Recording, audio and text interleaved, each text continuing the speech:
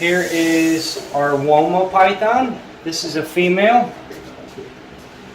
Female Woma python. Hey girl.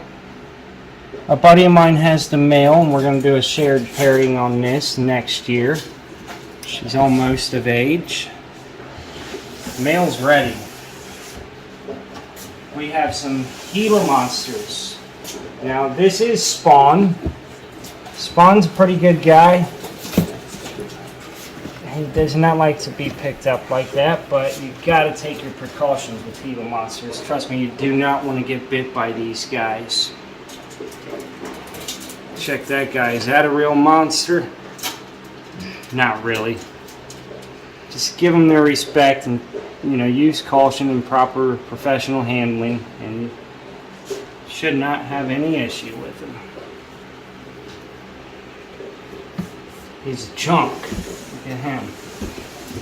This guy's here. This is Dozer. Now, I've been bitten by Dozer before. He's actually kind of laid back, more laid back than Spawn. But it was a breeding technique. You let the males wrestle before breeding. And he was getting a little feisty with Spawn. A little more aggressive for my liking. And I went in to separate them. You know, stupid me, without gloves, and took a bite from him. Worst experience of my life. Don't recommend it. Here you go, Dozer. Now here's our potential raise up female, hopefully. I don't have a name for her. I'm gonna go ahead and I want a female name for her because you know, deep down I really hope this is a female. I'm one of the only guys in the state of Ohio with captive born and bred Gila monsters, and if this is not a female, it may be very hard for us to continue these guys in the state of Ohio in the captivity for the pet trade.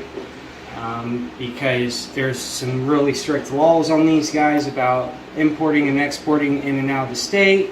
You are not allowed to obtain wild caught ones, so obtaining a female in this state may be hard, but hopefully we got the magic ingredient right here and she's a female. Now down here we have some blood pythons. This is an ivory blood.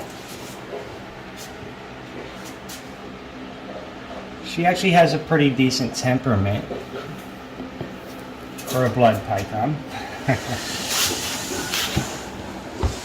Here's my Batrix. Now he is not the friendliest. This is your typical blood python temperament. Hey bud. I mean, he's not bad, but already protruding his hemipenes. It's a Batrix, which is a matrix and a batik combination. That's going to look awesome with the ivory.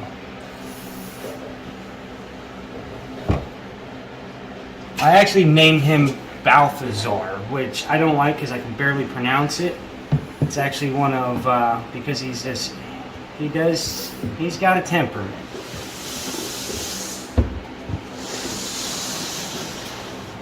Here's Jeffrey. Where's your hide at, Jeffrey? He actually has a hide. I think it's upstairs. I was cleaning it. This is Jeffrey, RT positive. Hopefully a potential breeder for in the future.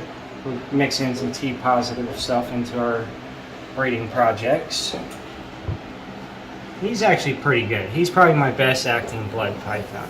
Although he bit my wife yesterday.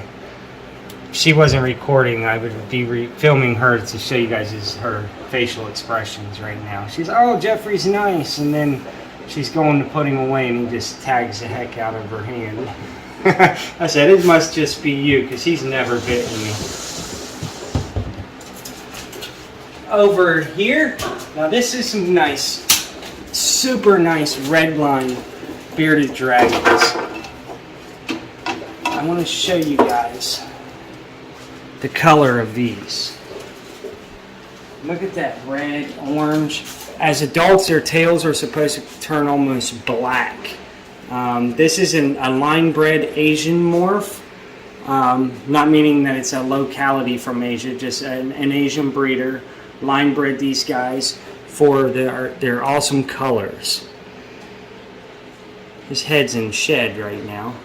He's like a red trans, like I said, line bred for that coloration. These are going to make some awesome babies. They're not quite ready for breeding yet. Again, no names for these guys. There's the other one.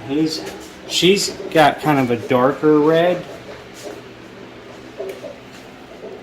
Hey, come here. But she's also possibly going through getting ready for a shed.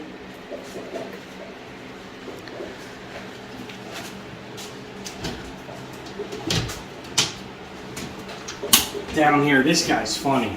Check him out. He's a red trans. He's an adult breeder. He's the father of some of our babies that we sell in our store. Hey, bud. Like, he is funny. I wish you guys could see him in action when he's not being camera shy. Come here. Like, this guy here, probably not doing very good quality of actually catching his color, but he is pretty. Check that beard. Check that beard. This one. You're stupid. Is it straight at least? Sometimes I gotta look at myself on camera to see if my beard is trimmed, edged up right. Down here we have red Ackie monitors. Shout out to John Adrania Jr. This is not the pair that I used for breeding. This is a raise up pair. I wish he would come out.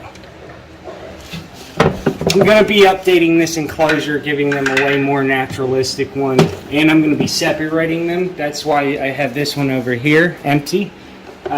These are a young pair. Well, there's the male. Hey, bud. They are super shy. Anyway, you guys get the drift. I'm not going to, stress them out right now. Future video. There's a lot to come with them. Valerian, you guys have met Valerian, our black dragon. She's in her lay box right now, potentially, hopefully giving us some good eggs. Fingers crossed on that. So now the real journey begins. What everybody's been waiting on. My ball pythons. This might take a while, guys. I'm just going to do real quick. This is a gotta look. Vanilla Pastel Spark. This is one of our potential breeders for this year. She's borderline ready to go. We'll see.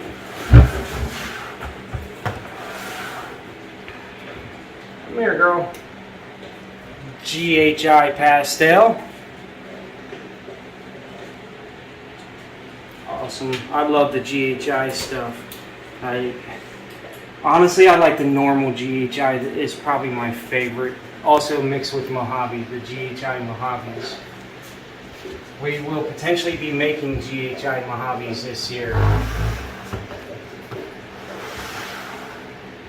Again, none of these girls have names. I call them what they are. GHI Pastel. Here's my Super Fly, which is a Super Pastel Fire. I love the coloration on ball pythons and how many morphs and combinations you can do. Here's a leopard. Female. All of these are females that I'm showing you guys. She's 100% het clown. I'm actually pairing her to my lesser pastel clown, visual male. Here is my scaleless head. Now, be careful with her, as she's already been locking up some, so we're going to be quick with her. That's a scaleless head. I actually am breeding a pastel scaleless head to her to potentially, hopefully hit the odds and have a totally scaleless ball python. That would be awesome. You want to come around this way and just kind of, here is my pastel. Like I said, I've been pairing some of these, so I really don't want to disturb them too much. This is a spinner. I'm not too fond of the spider gene, but she's quite pretty. She actually gave me one of the best clutches last year out of all of my clutches of ball pythons. Like the quality, they ate right off the jump. Like I even offered one a meal that was still in shed before its first shed, and it took it. So I cannot complain about that spider quality. She does have a little wobble, but it's not bad. Oh, knock knock. There's a pair of albinos.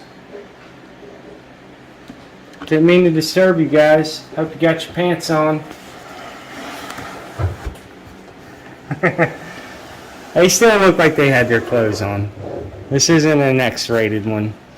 This is just a normal ball python. She gave me a pretty good clutch last year. I can't even remember what we paired with her last year. I'd have to go back through my notes. Super fire. That is awesome. Let me go ahead and pull her out. I haven't witnessed any locks on her yet this year. This is a super fire black eye leucistic.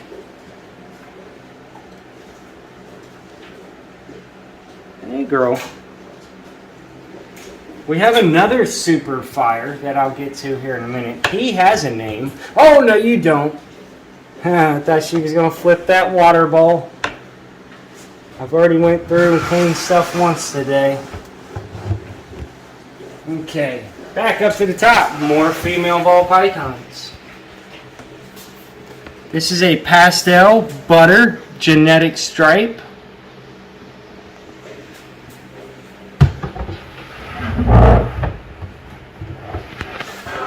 I wish this one here was big enough for this year for breeding, but she's not.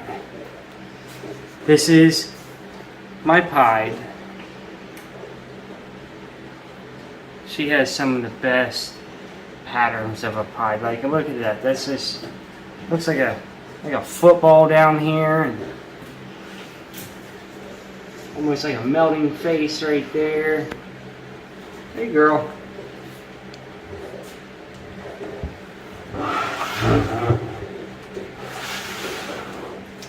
Here is a bongo yellow belly. The bongo gene, I don't know a whole lot about it, but I know when I mix gravel with this, with the yellow belly, it will make highway. So the highway stuff is something I really want to produce. Again, she's not big enough for this year, so you know, high hopes for next.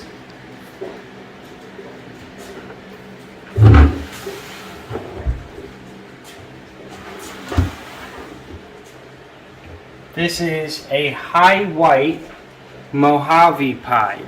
Now, something you guys might not have known. When you're breeding pieds, you do not have to have two high whites to potentially make high whites. You could have two low whites, they will give you medium whites, they will give you low whites, they will give you high whites. It's about hitting the odds. Doesn't mean that if you have two high whites that you're going to get an all high white clutch. It's all about the odds. Which is also brings me to another one of my ball pythons. I have a low white banana pied, which we'll show here in just a second. This is a ghost black pastel. This is one of my wife's favorites. Also spider, not my favorite, but as you can see, she is spitting a little bit. Hey girl, I think she's just happy to be out. She just wants to keep going down. She's a goofy one. Not too bad. I've seen worse. So it's a ghost black pastel spider. Super pretty though. She's not like not riding her side up. She just wants to keep wrapping my hand. She's a goofy one. But not too much wobble there. She's pretty nice. We'll see about breeding her. I'm not sure yet. Not anytime soon. Way too small. Now here's one. She does not have her water bowl because she flipped it earlier. And I was like, okay, we're gonna... This is my Sunfire Orange Ghost Stripe Reticulated Python. This is potentially Titan's girlfriend for the future. This is what will give us them awesome Sunfire Golden Child cow morphs that I'm dying to make. She is very pretty. I've also been treating her where she pushed a little much and I had to pull one of her teeth. So she's not probably too happy with me right now. Come on. Again, no name on her. She definitely is going to need a name because she's going to get quite large. I mean, they all deserve a name. It's just, you know, it's starting to get hard. Now this guy, this is Little Raichu. Again, like I said, I constantly am naming things the same thing. This is Raichu's replacement. Hopefully, you know, someday we have our zoo section of our store for like our retired breeders and, you know, stuff that just don't fit into our projects no more. This is a orange glow Motley Platinum. Scarecrow is the mother, Raichu is the father. He's my favorite out of everything I produced last year.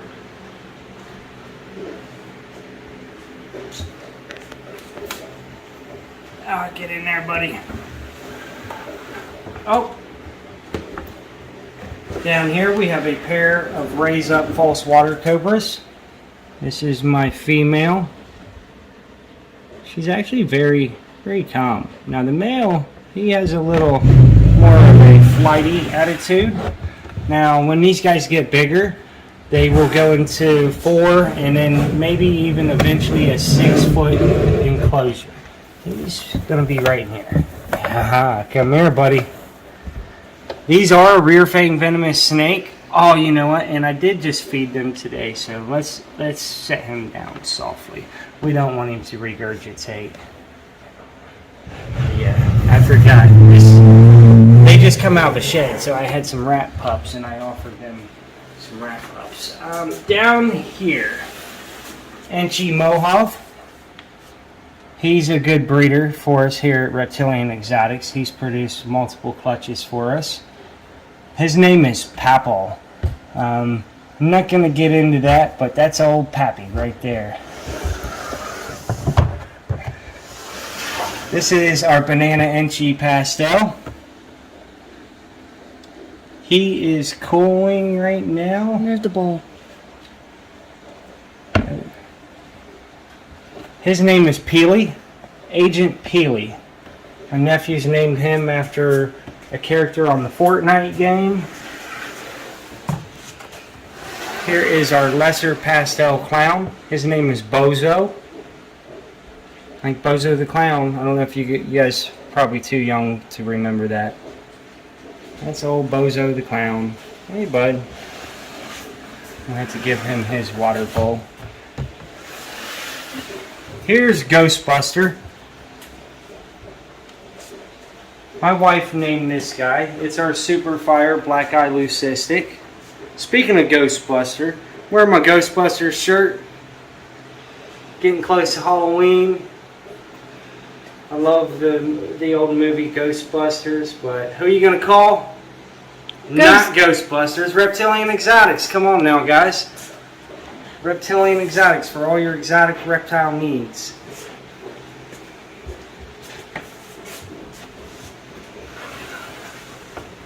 Not to mention them crazy morphs that we produce here. Starting to, anyway. This is a pastel Ghost genetic stripe. This is one of our males. This is who I'm going to try to take to that big pastel Enchi hypo that I showed you guys in the other rack. Again, no name. Here is Graveler. He is a gravel ball python. He's named after a Pokemon called Graveler. It's the second one named after Pokemon. So, Pokemon was a big thing when I was a kid. I loved Pokemon. I still do. I don't like the new ones really. They're kind of just, they're not as cool as they used to be. Maybe that's a good thing. I'm 35 years old and kind of grown out of Pokemon a little bit.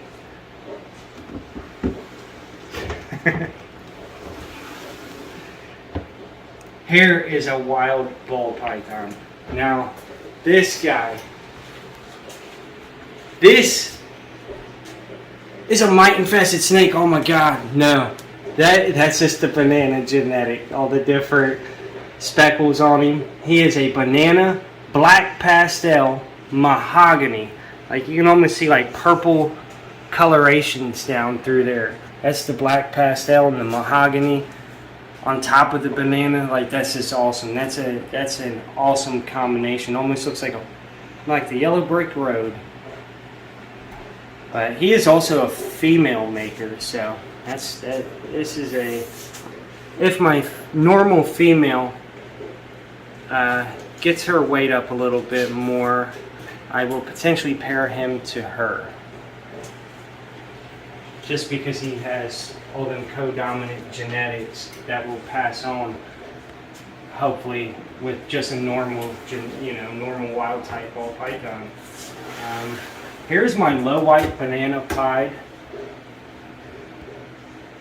Like I said, I picked him out just to, prove that you don't need a high white to make some awesome white ball pythons. Hopefully, fingers crossed. Like I said, it's all about hitting the odds. He's just a low white banana pied. He's super pretty though. Like he don't need all of that white. Sometimes, the differentiations from one ball python to another and the different supposedly quality of the morphs, it makes them individual. Gives them their individuality, I should say. Unique. And this is Striker. He has that name because he is the most wild ball python I've ever seen. He's not striking today. He's kind of happy probably. This is our pastel scaleless head. He's probably happy because he's been getting him some the past few nights. Maybe we ought to edit that out. Just joking, nah. That's like the Discovery Channel. It's the way of life. Everybody's got to get them some someday.